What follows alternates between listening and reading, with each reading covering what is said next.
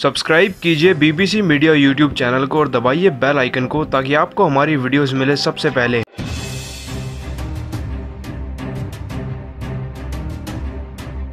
दोस्तों, अगर आप भी राजस्थान की टीम की शानदार जीत से खुश हैं तो वीडियो को लाइक जरूर कीजिएगा।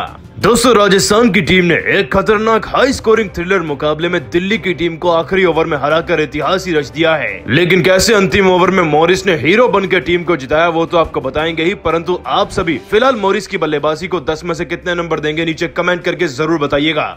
आपको बता दें कि इस मुकाबले की शुरुआत हुई थी संजू सैमसन के टॉस जीतने के साथ। अपनी टीम के लिए टॉस जीतकर सैमसन ने बड़ी चालाकी से गेंदबाजी का फैसला चुना और उसमें सफल भी रहे, क्योंकि दोस्तों इससे पहले कि दिल्ली की सलामी जोड़ी मैदान में आके कुछ कर पाती, जयदेव उनादकट ने तो दिल्ली के खिलाड़ियों के होश ही उड़ा के रख दिए थे। अब तक धवन और पृथ्वी ने मिलकर अपनी टीम के लिए 10 से 11 रन भी नहीं लगाए थे कि वह दोनों ही आउट हो गए और दोनों उनादकट की गेंदबाजी का शिकार बने। इतना ही नहीं दोस्तों, अजिंक्य रहाणे और मार्कस स्टोइनिस का विकेट गिरने में भी ज्यादा समय नहीं लगा और अब तक पारी का 7वां ओवर भी पूरा नहीं हुआ था कि दिल्ली की टीम 36 पर 4 विकेट गंवा चुकी थी। मैदान पर अब तैनात थे ऋषभ पंत और उनका साथ दे रहे थे युवा बल्लेबाज जो कि डेब्यू कर रहे थे ललित यादव। और फिर दोस्तों ऋषभ पंत ने वही किया जो कि कप्तान को ऐसी सिचुएशन में करना चाहिए, एक कप्तानी पारी खेल डाली। आपको बता दें कि पंत पर विकेट गिरने का कोई असर ही नहीं पड़ रहा था। एक छोर से विकेट गिर रहे थे तो वहीं दूसरे छोर से पंत के बल्ले से चौके व चौके निकल रहे थे।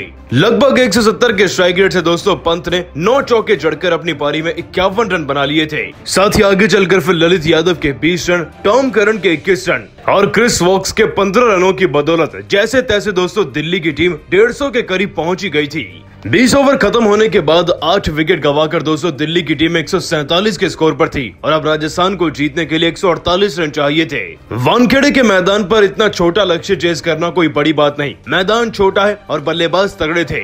ऐसा लग रहा था कि राजस्थान की टीम 90% तो इस मुकाबले को पहले से ही जीत चुकी है। लेकिन क्रिकेट के गेम में जैसा आप सोचते हैं वैसा कभी नहीं होता, क्योंकि भले ही राजस्थान की टीम के पास एक से बढ़कर एक बल्लेबाज मौजूद हों, लेकिन दिल्ली के टीम के गेंदबाजों ने आज राजस्थान की टीम के खिलाड़ियों को तारे दिखा दिए थे। आपको बता दें कि राजस्थान की टीम की तरफ से सलामी जोड़ी के लिए जिम्मेदारी को संभाल आए मनन वोरा और जॉर्ज बटलर और ठीक दिल्ली की टीम की तरह इनकी सलामी जोड़ी भी 11 रन से ज्यादा नहीं बना पाई।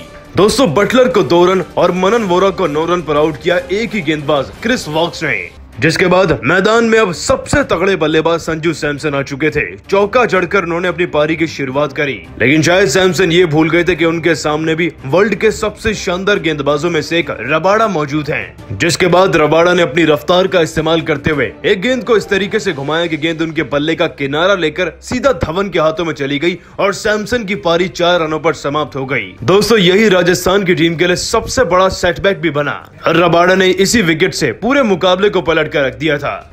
आगे चलकर शिवम दुबे व रियान पराग जैसे युवा खिलाड़ी भी 2-2 रन बनाकर आउट हो गए, लेकिन अभी भी मैदान में डेविड मिलर मौजूद थे जो कि अपना अर्धशतक पूरा कर चुके थे और राहुल तेवातिया भी 19 रन पर खेल रहे थे। लेकिन फिर डेविड मिलर के 62 रनों के चलते राजस्थान की टीम लक्ष्य के बहुत ही करीब पहुंच गई थी। दोस्तों मिलर के आउट होने के बाद मैदान पर अब मौजूद थे क्रिस मॉरिस और जयदेव उनादकट। जीतने के लिए 12 गेंदों में पूरे 27 रन चाहिए थे। ऐसा लग रहा था कि मानो जीत नामुमकिन होगी, लेकिन 19वें ओवर में क्रिस मॉरिस ने अपनी धाकड़ बल्लेबाजी से पूरा मैच ही पलट कर रख दिया। आपको बता दें कि रबाड़ा द्वारा डाले जा रहे इस ओवर की पहली गेंद पर मॉरिस ने उनका स्वागत एक शानदार छक्के के साथ किया। इतना ही नहीं दोस्तों, मॉरिस ने आगे चलकर इसी ओवर में एक और छक्का जड़कर पूरा मैच ही पलट कर रख दिया था, जिसके बाद इस अकेले ओवर से 15 रन मिल गए थे और अंतिम ओवर में जीतने के लिए अब 13 रन की दरकार थी। स्ट्राइक पर थे मॉरिस और गेंदबाजी पर टॉम करन। और दोस्तों मॉरिस तो जैसे टॉम करन की हर एक गेंद को खेलने के लिए तैयार थे। पहली गेंद पर 2 रन लिए और फिर अगली गेंद पर एक और खतरनाक छक्का जड़कर मुकाबले को 90% खत्म कर दिया था। 4 गेंदों में जीतने के लिए अब 4 रन चाहिए थे राजस्थान को, लेकिन फिर इस ओवर की चौथी गेंद पर ही एक बार फिर से मॉरिस ने अपना जलवा बिखेरा, छक्का चढ़कर अपनी टीम को जिता दिया। उससे भी बड़ी बात तो दोस्तों ये है कि राजस्थान की टीम इस मुकाबले को 3 विकेट के छोटे अंतर से जीती है और वाकई में तारीफ करनी होगी क्रिस मॉरिस की, जिन्होंने 18 गेंदों पर 36 रन चढ़कर एक हारे हुए मैच को जीत में तब्दील कर दिया। परंतु दोस्तों राजस्थान की टीम की इतनी शानदार जीत के बाद आप उनकी जीत को 10 में से कितने नंबर देंगे नीचे कमेंट कमेंट करके जरूर बताइए। दोस्तों दिल्ली और राजस्थान की टीम के बीच में खेले गए घमासान मुकाबले में अंतिम ओवर्स में पंत से एक ऐसी गलती हो गई कि दिल्ली की टीम चाहकर भी जीते हुए मुकाबले में नहीं जीत पाई। तो आखिरकार वो गलती क्या थी वो तो आपको बताएंगे, लेकिन उससे पहले आप सभी को क्या लगता है, ऋषभ पंत और संजू सैमसन में कौन बेहतर कप्तान है? नीचे कमेंट करके जरूर बताइएगा। दोस्तों आईपीएल 2021 का 7वां मुकाबला दिल्ली कैपिटल्स और राजस्थान रॉयल्स की टीम के बीच में मुंबई के वानखेड़े के मैदान में खेला गया और इस मुकाबले में ऋषभ पंत की दिल्ली कैपिटल्स तो वहीं संजू सैमसन की राजस्थान रॉयल्स में बहुत ही बड़े बदलाव भी हुए। और आपको बता दें कि मुकाबले की शुरुआत पूरी तरीके से राजस्थान की टीम के नाम थी। राजस्थान की टीम ने टॉस जीतकर पहले गेंदबाजी का फैसला किया और बिखेर कर रख दिया था दिल्ली की टीम के खिलाड़ियों को। शुरुआती दौर में सलामी जोड़ी मात्र 12 रन बनाकर एक साथ पवेलियन पहुंच गई थी दिल्ली की टीम की। और दोस्तों देखते ही देखते अजिंक्य रहाणे और स्टोइनिस के भी बहुत ही कम रनों पर आउट होने के बाद दिल्ली की टीम के 36 पर 4 विकेट थे। लेकिन इसी बीच ऋषभ पंत ने 170 के स्ट्राइक रेट से अपनी पारी में 9 चौके जड़कर जैसे तैसे टीम के लिए अर्धशतक जड़ दिया था। और ऋषभ पंत के इसी 51 रनों की बदौलत दिल्ली की टीम के स्कोर को आगे बढ़ने की एक नई ताकत मिली। उनके साथ साथ ललित यादव ने 20 रन और टॉम करन के 21 रनों की बदौलत दिल्ली की टीम 147 तक तो पहुंची गई थी। ऐसा लग रहा था दोस्तों कि राजस्थान की टीम तो 90% मुकाबले को पहले से ही जीत चुकी है, लेकिन फिर दिल्ली की टीम ने अपनी गेंदबाजी से जो किया उसका ख्याल तो राजस्थान की टीम के खिलाड़ियों को अपने सपने में भी नहीं आया होगा, क्योंकि दोस्तों गेंदबाज क्रिस वॉक्स ने अकेले सलामी जोड़ी को आउट कर दिया था। जॉस बटलर 2 रन तो वहीं मनन वोरा तो 9 रन पर आउट हो गए थे।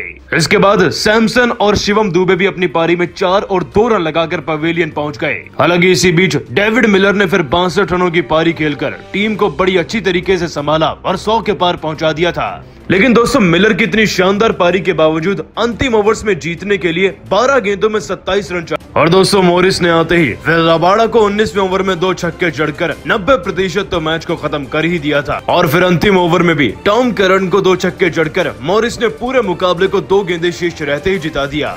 लेकिन दोस्तों क्या आप सभी जानते हैं कि इस मुकाबले के दौरान ऋषभ पंत से एक भयंकर गलती हो गई थी, जिसके चलते चाहकर भी नहीं जीत पाई दिल्ली की टीम। दोस्तों ये पूरा वाक्य पारी के 18वें ओवर का है। उस दौरान टॉम करन गेंदबाजी कर रहे थे और स्ट्राइक पर थे सुपरस्टार क्रिस मॉरिन और नॉन स्ट्राइकर एंड पर उनका साथ निभा रहे थे जयदेव उनादकट। दोस्तों उस समय पर उनादकट का विकेट ही नहीं बल्कि एक रन भी बहुत ज्यादा कीमती था। इस ओवर की पहली गेंद पर एक शॉट लगाने के बाद क्रिस मॉरिस 2 रन लेना चाहते थे ताकि स्ट्राइक उन्हीं के पास वापिस आ जाए, लेकिन 1 रन पूरा करने के बाद उनादकट समझ चुके थे कि अगर वो दूसरा रन दौड़ेंगे तो शायद वो आउट हो जाएंगे। इसीलिए उनादकट आधी पिच से स्ट्राइकर एंड की तरफ दौड़ते हुए वापस चल दिए। लेकिन इससे पहले कि दोस्तों उनादकट का बल्ला स्ट्राइकर एंड की क्रीज पर रखा जाता, गेंद पंत के पास पहुंची गई थी। ऋषभ पंत ने दस्तानों को विकेट में तो दे मारा, लेकिन उनके दस्तानों में गेंद फंसी ही नहीं। मतलब कि केवल ऋषभ पंत के दस्ताने ही विकेट्स पर टच हुए थे और बेल्स उन्हीं के कारण गिरे थे। इस पूरे वाक्य के बाद ऋषभ पंत भी जानते थे असलियत क्या है, शायद तभी उनके चेहरे पर इतना ज्यादा गुस्सा आ चुका था।